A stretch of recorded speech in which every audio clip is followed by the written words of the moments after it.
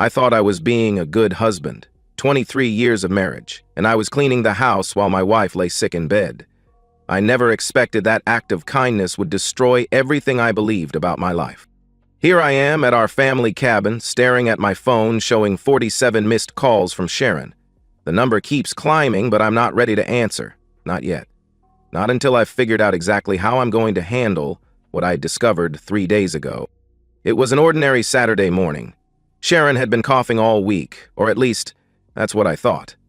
She'd taken to her bed Friday night, claiming she felt terrible, asking me to handle the weekend chores.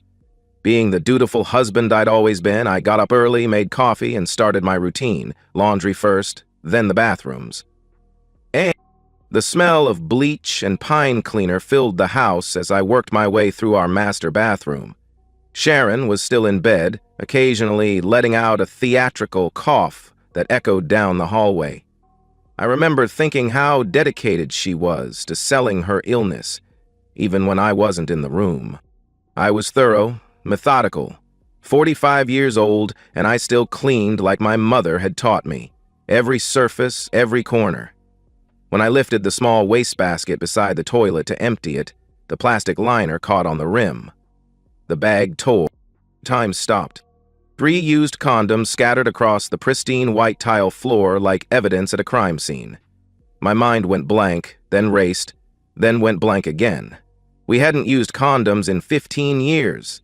Not since I got my vasectomy after our youngest Mark was born. My hands started shaking.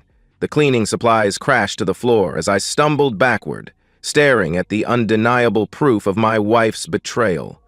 The metallic taste of shock filled my mouth. My chest felt tight, like someone was slowly tightening a belt around my ribs. I found myself on my knees, staring at those 3 latex reminders of how naive I'd been. Recent. The dates on the packages. When had she bought these? When had she... My stomach lurched. "Jack?" Sharon's voice drifted down the hallway. "Everything okay down there?"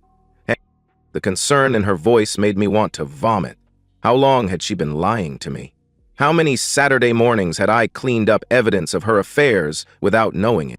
"Fine," I called back, surprised by how steady my voice sounded. "Just dropped something." I stood up slowly, my legs unsteady. But something had shifted in my mind. A switch had flipped, from shock to something colder, more calculating. I pulled out my phone and took pictures, multiple angles. The condoms, the torn bag, the bathroom where my wife had been entertaining someone else. Not someone. She knew who. This wasn't random. This was planned, repeated, deliberate. I gathered the evidence carefully, placing everything in a clean plastic bag. My hands were steady now. The shaking had stopped. I felt strangely calm, like I was watching someone else's life fall apart instead of my own. 23 years. Our children, Sarah and Mark. The house we'd built together. The retirement plans. The shared dreams and inside jokes and comfortable routines. All of it based on a lie. But I wasn't going to confront her. Not yet. She wanted to play games with my life? Fine. I was good at games. I'd spent 2 decades climbing the corporate ladder by staying 10 steps ahead of my competition. Sharon had no idea what she'd just unleashed. I finished cleaning the bathroom, taking my time, thinking through every detail. Then I walked upstairs to our bedroom, where my wife lay propped against pillows, scrolling through her phone. "Feeling better?" I asked. She looked up with those big brown eyes that had first attracted me in college. "A little. Thanks for taking care of everything, honey. You're such a good husband." The words hit me like a physical blow, but I kept my expression neutral. "Always happy to help. I'm going to run some errands." I placed the sealed bag of condoms on her nightstand, right next to her water glass. Then I removed my wedding ring, the gold band she'd placed on my finger with tears in her eyes 23 years ago, and set it on top of the bag. From my wallet, I pulled out a small piece of paper and wrote, "I know.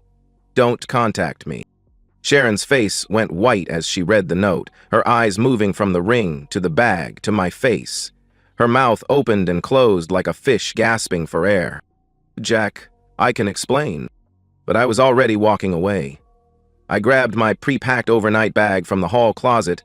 I'd prepared it while she thought I was doing laundry, and headed for the door. "Jack, please. It's not what you think." I paused at the front door and looked back. She was standing at the top of the stairs in her nightgown, no longer bothering with the fake cough. Her face was streaked with tears, her carefully maintained composure finally cracking. 23 years, Sharon. We'll let the lawyers figure out what it was." I closed the door behind me and walked to my car, not looking back as she pounded on the windows, screaming my name. As I pulled out of our driveway, I watched our house, my house, disappear in the rearview mirror. For the first time in years, I had no idea what came next. But I knew exactly what I was going to do about it. Trapped. The family cabin sits on 12 acres of Wisconsin woodland, 3 hours from our suburban home. My grandfather built it in the 1960s, and it's been my refuge since childhood. Sharon always complained it was too remote, too primitive. No cell service unless you climbed the hill behind the property. Perfect. I've been here 3 days now, and I'm not hiding, I'm orchestrating. The first night, I sat on the porch with a legal pad and wrote down everything I knew, everything I suspected, and everything I needed to find out. Sharon's recent behavior suddenly made sense through this new lens. The late nights at book club, the new gym memberships she never seemed to use, despite coming home sweaty, the expensive lingerie I'd found in the laundry, lingerie she'd never worn for me. How long had I been the fool in this equation? By morning, I had a plan. I drove to the top of the hill where my phone picked up signal and made 3 calls. First, to my bank, transferring half our joint savings to an account in my name only. Legal, since it was marital property, but it would send a message. Second, to my lawyer, Harrison Beck, scheduling an emergency consultation for Monday. Third, to a private investigator Harrison had recommended years ago during a corporate fraud case. "I need documentation of an affair," I told the PI, a former cop named Rita Santos. "Photos, evidence, timeline?" "Money is no object." "How long do you think it's been going on?" he asked.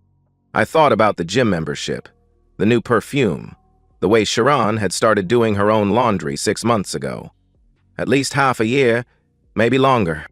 I'll need photos of your wife, her schedule, vehicle description, and I'll need you to stay out of the way while I work." Perfect. I was planning to anyway. The strange thing is how liberated I feel. For the first time in decades, I'm making decisions based solely on what I want, not what's expected of me, not what Sharon wants, not what the kids need, not what my job demands. Just me. I had been married so long I'd forgotten what that felt like. My phone buzzes constantly. 47 missed calls now and counting. I haven't listened to the voicemails yet, but I can imagine Sharon's progression from confusion to panic to rage to desperation. She's probably called my office, my brother, maybe even the police by now. Good.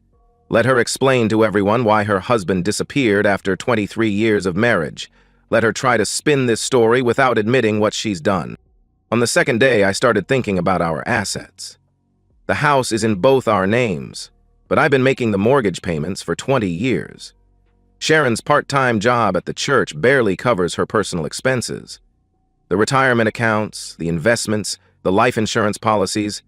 I've been the primary breadwinner since Mark was born. She's about to discover how expensive betrayal can be. I methodically go through our financial records, separating what's mine, what's hers, and what's ours. The prenup we signed was basic, but it includes an infidelity clause. Sharon had insisted on it, claiming she wanted to protect us both from temptation. The irony would be funny if it weren't so devastating. By the third day, I feel like a different person. The man who left that house was broken, betrayed, operating on pure emotion. The man sitting on this porch is thinking 10 moves ahead. I've already won this game, Sharon just doesn't know it yet. When I finally check my voicemails, the progression is exactly what I expected. The first few are Sharon crying, begging me to come home so we can talk. Then anger. "How dare you just leave like this? We have responsibilities." Then manipulation. "The kids are worried sick. Sarah's been calling every hour." But the last message isn't from Sharon. It's from Officer Janet Mills with the County Sheriff's Department, asking me to call regarding a missing person report filed by my wife. I stare at the phone, and for the first time in 3 days, I smile. Actually, smile. She's playing victim, trying to control the narrative, probably told the police that her loving husband just vanished without explanation. Poor her, she has no idea what could have happened. She wants to play games. She has no idea who she's playing with. I've spent 20 years managing corporate crises, turning disasters into opportunities, outmaneuvering people who thought they were smarter than me. Sharon thinks she's dealing with the same passive husband who's been enabling her comfort for 2 decades. She's about to learn otherwise. I pocket the phone and head inside to pack. Time to go home and start the real work. Sharon wanted a war. She's about to get one. But first, I'm going to let her explain to a police officer why her husband might have left. I'm curious to see what stories she's settled on. The drive home feels different than the drive up. 3 days ago, I was running from my life. Now I'm driving toward my future. Sharon's 51 years old, and she's about to discover what it's like to start over from nothing. I've been a good husband for 23 years. Time to try being something else. The police officer sounds relieved when I call back Monday morning. Mr. Henderson, this is Officer Mills. We received a missing person report from your wife on Saturday. She was very concerned about your whereabouts. I appreciate her concern, I say, my voice steady and professional. I've been at our family cabin, processing the discovery of my wife's extramarital affair. I needed time to think before making any permanent decisions. The silence on the other end stretches for several seconds. When Officer Mills speaks again, her tone has shifted from official concern to personal awkwardness. Oh, I see. Did you leave any indication of where you were going? He asked. I left a note explaining that I knew about the affair, along with physical evidence I'd discovered. My wife knew exactly where I was. She just didn't want to admit why I left. Physical evidence, he asked. Used condoms in our bathroom wastebasket. We haven't used contraception in 15 years, since my vasectomy. I delivered this information like a business report, clinical and factual. I also left my wedding ring. I think my intentions were quite clear. Another long pause. Well, sir, as long as you're safe and accounted for, we can close the missing person case. Thank you for calling. Thank you, Officer Mills. I'm sorry my wife wasted your department's time, I replied. The first call comes from Sarah 20 minutes later. My daughter has always been perceptive, getting straight to the point like her old man. Dad, what the hell is going on? Mom called me crying saying you disappeared, and now she won't answer her phone. Your mother and I are having some marital difficulties, sweetheart. I needed some time to think, I replied. Marital difficulties? Sarah's voice sharpens. Dad, you guys never fight. What kind of difficulties? I paused, weighing my words carefully. Sarah's 25, married herself, old enough for the truth but young enough to be devastated by it? Your mother has been having an affair. I found evidence and needed space to process it. The silence stretches so long I think the call might have dropped. An affair? Sarah's voice is barely a whisper. Are you sure? I'm sure, I replied. Oh my God, Dad, I'm so sorry. How long have you known? Since Saturday morning. That's when I found the evidence, I replied. What are you going to do? She asked. I'm going to protect myself and rebuild my life. Your mother made her choices. Now I'm making mine. The call with Mark goes differently. My son is defensive, aggressive, clearly influenced by whatever story Sharon has fed him. Dad, you can't just abandon your family because you're having a midlife crisis. Mom says you've been acting weird for weeks. Mark, I found condoms in our bathroom. We haven't used condoms since you were born, I replied. That stops him cold. What? He asks. Your mother has been having an affair, probably for months. I didn't abandon anyone. I discovered my wife's betrayal and took time to figure out how to handle it. That can't be right. Mom wouldn't, he stammered. Your mother has been lying to all of us. The question is, how long and about what else? I could hear him breathing heavily on the other end. You're going to divorce her? He asked. Yes, I replied. What about us? What about the family? He asks. You and Sarah will always be my children. Nothing changes that. But my marriage to your mother is over. The breakthrough comes Tuesday afternoon from an unexpected source. Mrs. Patterson, our 73-year-old neighbor who's lived across the street for 40 years. She calls while I'm at the lawyer's office reviewing paperwork. "Jack, dear, I heard you and Sharon are having troubles. I wanted you to know that if you need someone to talk to, I'm here." "Thank you, Mrs. Patterson. That's very kind," I replied. "I also wanted you to know that I've been keeping track of that red Corvette that's been visiting your house. License plate DVR 2024. It's been coming by every Tuesday and Thursday afternoon for months, always when your car wasn't in the driveway." My blood goes cold. "A red Corvette?" "Yes, dear. Fancy car. The driver always parked in your driveway like he belonged there. I wrote down the plate number because, well, you never know these days. Would you like me to email you the dates I recorded?" "Yes, please. That would be very helpful," I replied. "Jack, I'm sorry this is happening to you. You've always been such a good neighbor, such a good man. You deserve better. DVR 2024, David Reynolds." Minister David Reynolds, who drives a red Corvette with vanity plates and has been counseling our marriage for the past year. The man who's been sleeping with my wife has been sitting in our living room every month, nodding sympathetically while I talked about feeling disconnected from Sharon, about wanting to improve our communication. He's been offering advice on how to be a better husband while f***ing my wife in my bed. The rage that hits me is pure and clean and absolutely clear. Not the messy emotion of betrayal, but the focused anger of being played for a fool by people who thought they were smarter than me. I call him directly. "David Reynolds," he answers. "David, this is Jack Henderson." The pause tells me everything I need to know. "Jack, how are you? Sharon mentioned you've been processing some things." "I found the condoms, David. I know about you and Sharon. I know about the red Corvette. I know about the Tuesday and Thursday visits." The line goes dead. Within an hour, I get a call from the church secretary. Minister Reynolds has submitted his resignation, effective immediately, citing personal reasons and the need to relocate for family purposes. By Wednesday morning, the story is all over our conservative Presbyterian community. The minister and the church treasurer's wife. The scandal writes itself.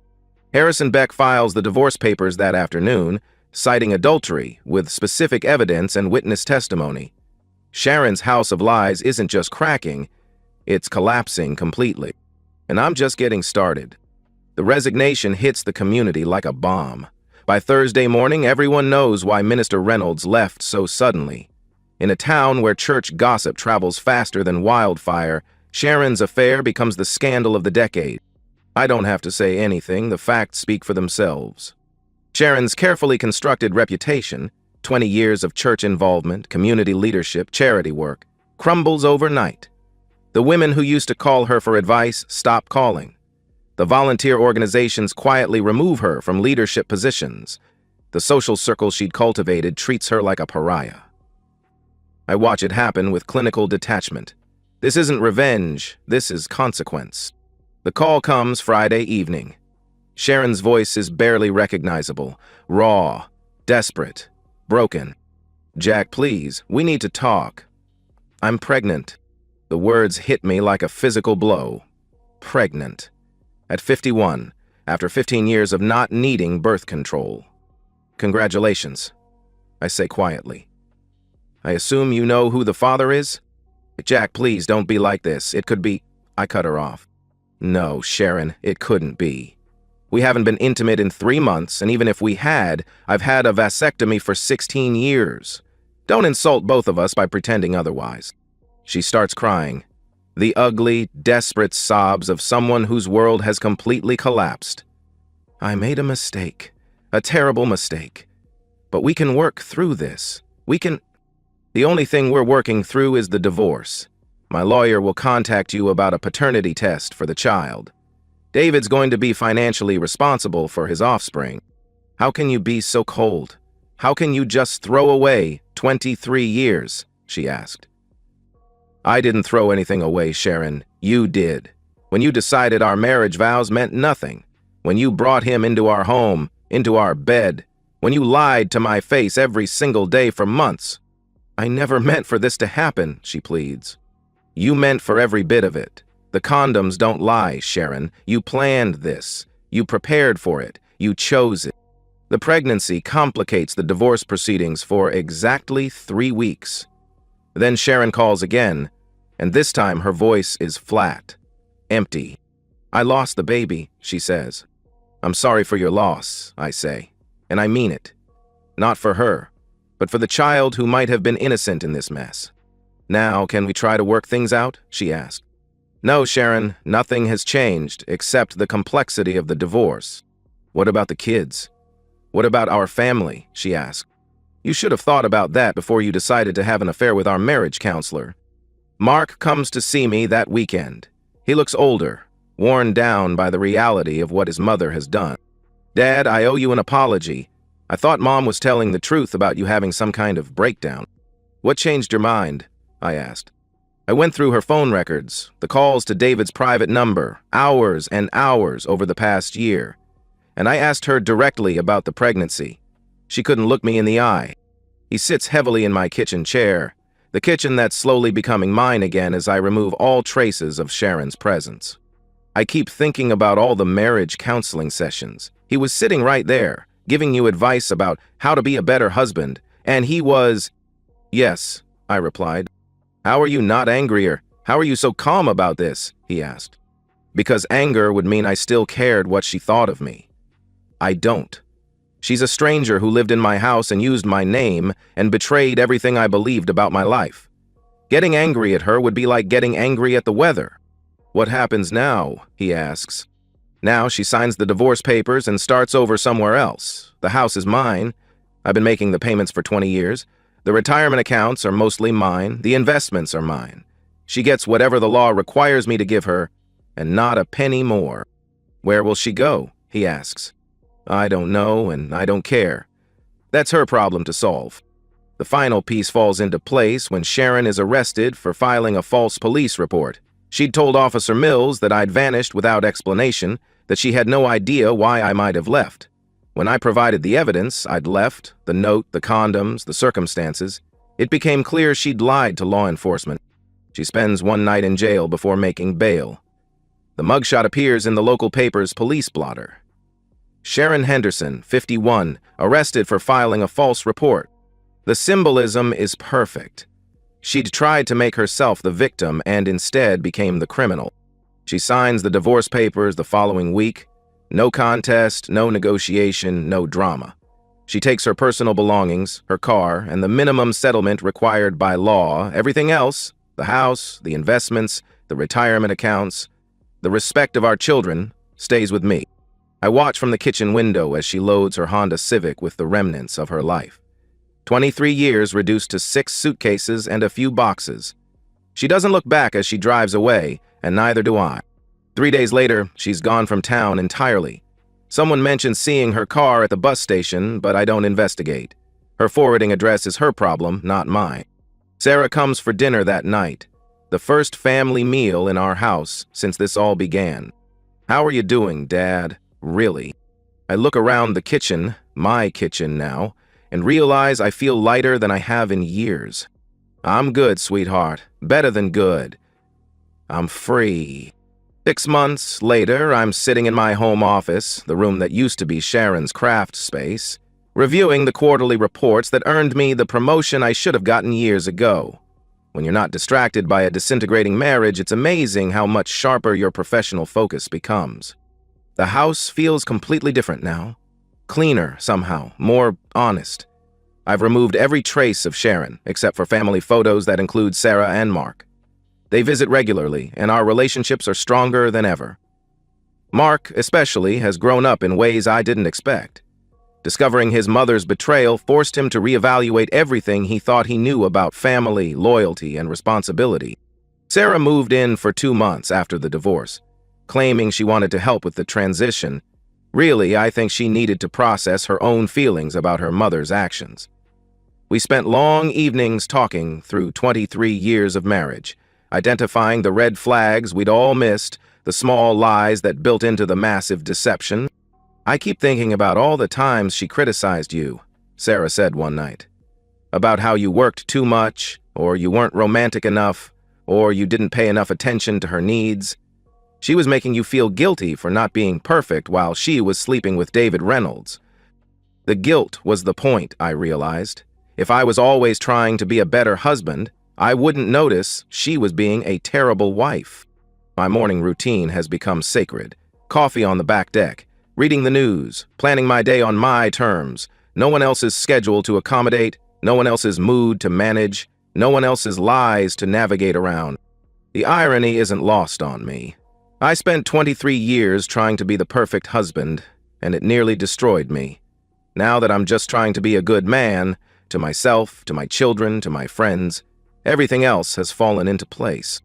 The promotion came with a substantial raise and stock options. The house, without Sharon's spending habits, feels luxurious on my income alone. I've started traveling, something Sharon always found excuses to avoid. Last month, I spent a week in Colorado hiking trails I'd wanted to explore for years. 3 weeks ago, I received a forwarding address from Sharon's lawyer. She's moved to Arizona, apparently started over with a new identity in a town where no one knows her story. I threw the letter away, unopened. Whatever she's doing now is no longer my concern. The kids ask sometimes if I'm angry, if I hate her, if I want revenge. The answer is no to all three. You can't hate someone who no longer exists in your world. You can't seek revenge against someone who's already destroyed themselves. Sharon wanted to have an affair? She got one, along with all the consequences that came with it. Public humiliation, loss of family, financial ruin, social exile. She chose all of it when she chose to betray 23 years of marriage. I chose differently. I chose to rebuild rather than destroy, to focus on my future rather than her past, to become someone better rather than someone bitter. The man who discovered those condoms 6 months ago thought betrayal would destroy him. He was wrong. It freed him to become the man he was always meant to be. Just on his own terms this time. Tonight, Mark is coming for dinner. We're grilling steaks and watching the game, and for the first time in longer than I can remember, I'm looking forward to an evening at home. I thought being a good husband would save my marriage. Turns out, being a good man saved my life instead. And that's the end of today's story. If you enjoyed it, please give this video a thumbs up and drop a comment below. Your support helps the algorithm push my content further. If you're new to the channel, don't forget to hit that subscribe button. It really helps me keep creating more stories for you. Thanks for watching, and I'll see you in the next one.